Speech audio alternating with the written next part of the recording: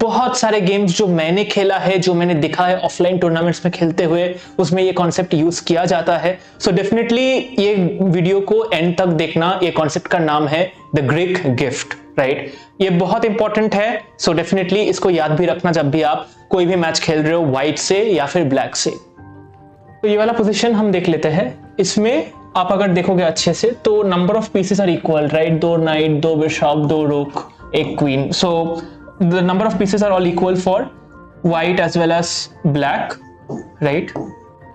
The most important thing that you should notice, especially Greek gift जैसे structures में, is the pawn on e5, right? अब बोलोगे sir ये तो एक pawn है, e5 में बैठा हुआ है, knight इसको अटैक कर रहे हैं, तो इसमें क्या इतना important चीज है? Why is this pawn so important?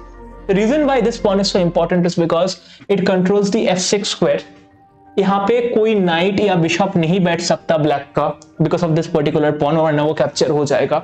And you will see going forward क्यों इधर कोई नाइट या बिशप ना रहना rather is very important for white. ये पोजीशन पे व्हाइट टू मूव है, ठीक है। आपको व्हाइट का बेस्ट मूव पता करना है। So I would like you to pause this video for a couple of minutes and think कि व्हाइट का बेस्ट मूव ये पोजीशन पे क्या हो सकता है। तो व्हाइट का बेस्ट मूव ये पोजीशन पे है The very surprising bishop takes h7 check। तो आप बोलोगे सर ये क्या हो रहा है, आपने बिशप दे दिया आपका, क्योंकि अभी तो किंग से कैप्चर हो जाएगा ये, एंड वो भी बस एक पॉन के लिए, राइट। तो फिर आपका तो बिशप पीस डाउन हो गया, आप बिशप डाउन हो जाओगे आप, ठीक है। तो फिर हम देखते हैं क्यों हमने ये ऐसा किया। तो किंग टेक्स h7। इधर एक चीज ऑब्वियसली मैं बता देता हूं कि because it's an equal position, मैंने एक पॉन कैप्चर किया है।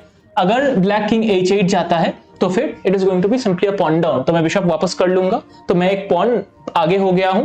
आगे जाके I can play night g5, queen h5 and वो पोजीशन और खराब हो जाएगा ब्लैक के लिए। तो किंग टेक्स h7, राइट।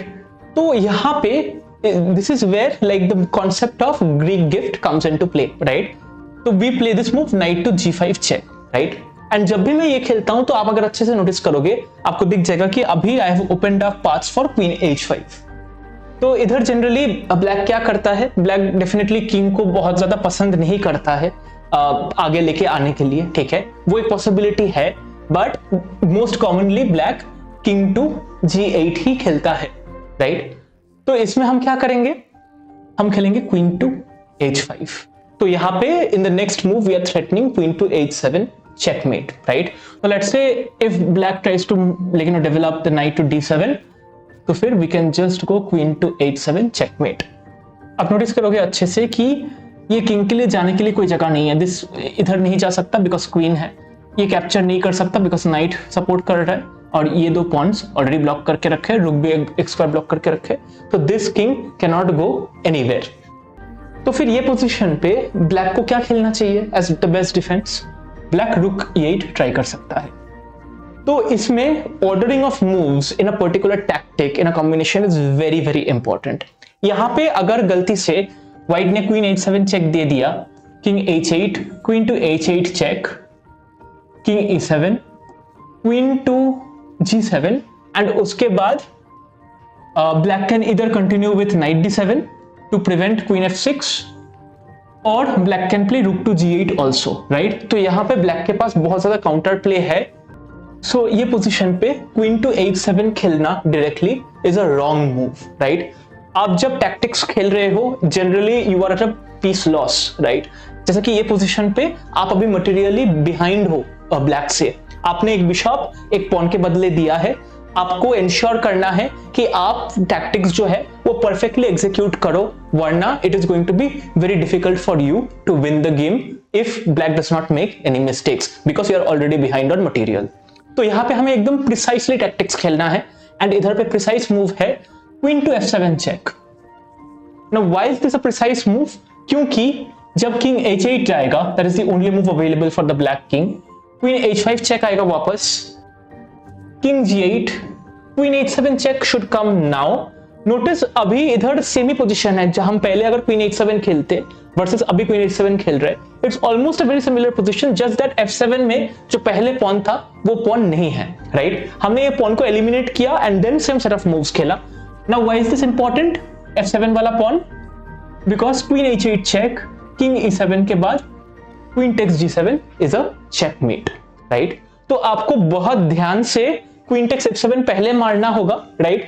फिर उसके बाद किंग जब H8 में जाएगा तो आपको वापस चेक देके क्वीन H7 देके फिर क्वीन टू G7 कैप्चर करना होगा। अभी चेकमेट होगा बिकॉज F7 में पॉन अवेलेबल नहीं है, right. So ordering of moves is very very important. I hope आपको ये वीडियो से ये समझ में आया कि ग्रीक गिफ्ट कैसा होता है, but this is for you to find out कि what happens in this particular position if black does not go to king G8 but rather goes to king G6। White को ये position में कैसे continue करना चाहिए, ये position भी definitely positive है व्हाइट के लिए, बट इधर भी बहुत ही प्रिसाइज मूव्स चाहिए, बहुत ही अच्छा पोजिशनल अंडरस्टैंडिंग चाहिए व्हाइट को इधर से अपने जो पॉजिटिव पोजीशन है वो बना के रखने के लिए। हमें कमेंट सेक्शन पे बताओ आपको क्या लगता है ये पोजीशन में what is the best way for white to continue. I hope आपको बहुत कुछ सीखने को मिला from this particular video and I hope you liked it. Please subscribe to this particular channel, comment on this particular move chain and let us know what you'd like to learn next for your middle game preparation. Thank you so much.